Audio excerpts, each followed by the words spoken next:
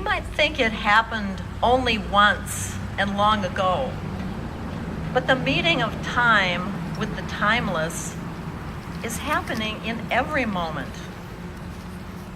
In Luke, as we've already heard, a woman of the city, a sinner, brings an alabaster jar of ointment to the house where Jesus is sitting at the table. She bathes his feet with her tears, dries them with her hair, and anoints them with ointment. What extravagance! The host, Simon the Pharisee, says if this man were a prophet, he would know what sort of woman is touching him. We think it happened once long ago, but more than once, the story, or a similar one, is told in Scripture. In John 12, it is Mary of Bethany, sister of Martha, sister of Lazarus, who anoints Jesus' feet with a pound of costly perfume and wipes them with her hair. Judas asks, why was this perfume not sold for 300 denarii and the money given to the poor? In Mark 14, an unnamed woman of Bethany brings a jar containing an ointment of pure nard, breaks the jar, and pours the ointment over Jesus' head. Some of the people observing reproached the woman, saying, this ointment might have been sold for more than 300 denarii and the proceeds given to the poor. But Jesus said, why do you trouble her? This woman has done a beautiful thing. You will always have the poor with you, but you will not always have me. She has anointed my body beforehand for burial. Truly, I say to you, wherever the gospel is preached, what she has done will be told in memory of her.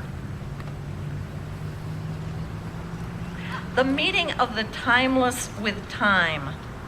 We might think it happened only once or twice with a variation or two.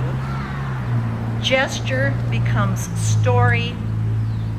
Story, when told and retold and told again, becomes gospel or poetry. The Star Market is a poem by Marie Howe, the current state poet of New York. The Star Market. The people Jesus loved were shopping at the Star Market yesterday. An old lead-colored man standing next to me at the checkout breathed so heavily I had to step back a few steps. Even after his bags were packed, he still stood, breathing hard and hawking into his hand. The feeble, the lame, I could hardly look at them. Shuffling through the aisles, they smelled of decay, as if the Star Market had declared a day off for the able-bodied and I had wandered in with the rest of them. Sour milk, bad meat, looking for cereal and spring water. Jesus must have been a saint, I said to myself, looking for my lost car in the parking lot later, stumbling among the people who would have been lowered into rooms by ropes, who would have crept out of caves or crawled from the corners of public baths on their hands and knees, begging for mercy. If I touch only the hem of his garment, one woman thought, I will be healed. Could I bear the look on his face when he wheels around? That's Howe, Marie Howe. And this is Hausman, Alfred Edward Hausman, 1896. Loveliest of trees, the cherry, now is hung with bloom along the bough and stands about the woodland ride, wearing white for Eastertide. You think it happened only long ago? April 14th, this year, third Sunday of Easter, St. Werburgh's Anglican Church, Manchester, England. Halfway through the sermon, a man with a scruffy beard walks into the sanctuary and takes a seat halfway toward the front in the pew where I am sitting. He is coatless on a day that calls for a jacket. He wears a collarless knit shirt. Suspenders are holding up his cargo pants. Pockets are full, possibly with much of what he owns. He does not smell like an English rose.